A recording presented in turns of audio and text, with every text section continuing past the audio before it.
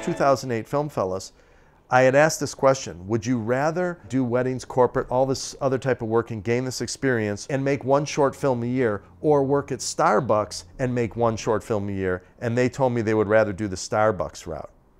Well, they ain't learning then. That's really bad. First, I think you can make a lot more money and learn your craft, like we said on other people's. And what about contacts? I mean, that's the biggest thing. Well, dude, hello. It is a relationship networking. business, and a lot of these kids coming out to school think that they can just ride their credentials because they graduated from a film school, but yet really what it all comes down to is the relationship development. You would go and work on there, so you develop a relationship, and that guy would say, I need my guy to come work with me. You know, and that's how a lot of this business runs. He brought up a good point. You work with the same people all the time, for the most part? For the most part, yes.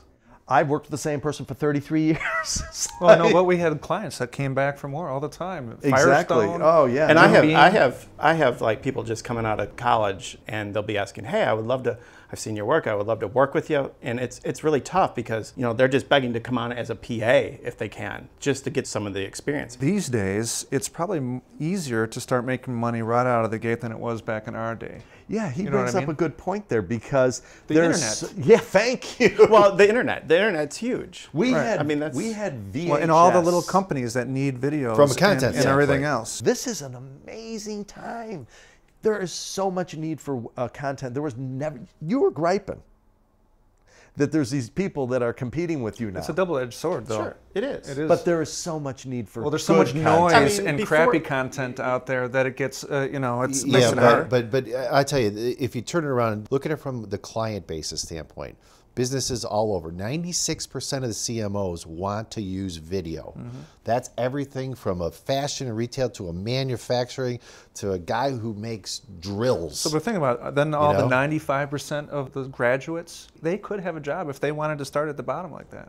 I mean, they don't even necessarily have to. We didn't. We started a production company, and I was 20 years old, and I wanted to work in the fashion industry, and the apparel center was right there. Walked in, cold call, said, I want to make a fashion video for you, need 40 grand. He looked at me like I was out of my mind. He's like, what are you going to do with the thing? I said, we're going to rent monitors and VHS decks and put them in 165 department stores. And he's like, okay, fine, let's do it. It was literally that easy. Who was that for? Well, IB Diffusion. But he took a chance on you, too. That. He took a big chance on me. That guy made me. And we did so many videos for him, up to 80,000. We were shooting on film, doing all kinds of great stuff. Back to what you were saying about the type of content that they're looking for right now in the corporate world, and this is something that the young graduates, I don't know if they quite understand.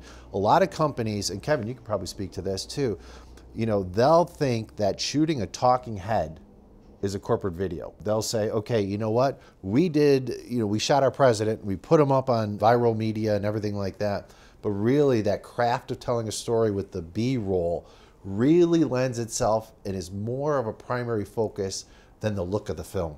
Oh, totally. Well, our specialty was documentaries that were, that was the disguise of the corporate video. They were like documentaries. Yeah, we call them corporate documentaries. And that's a beautiful trend. The thing is that we treated those things like they were features.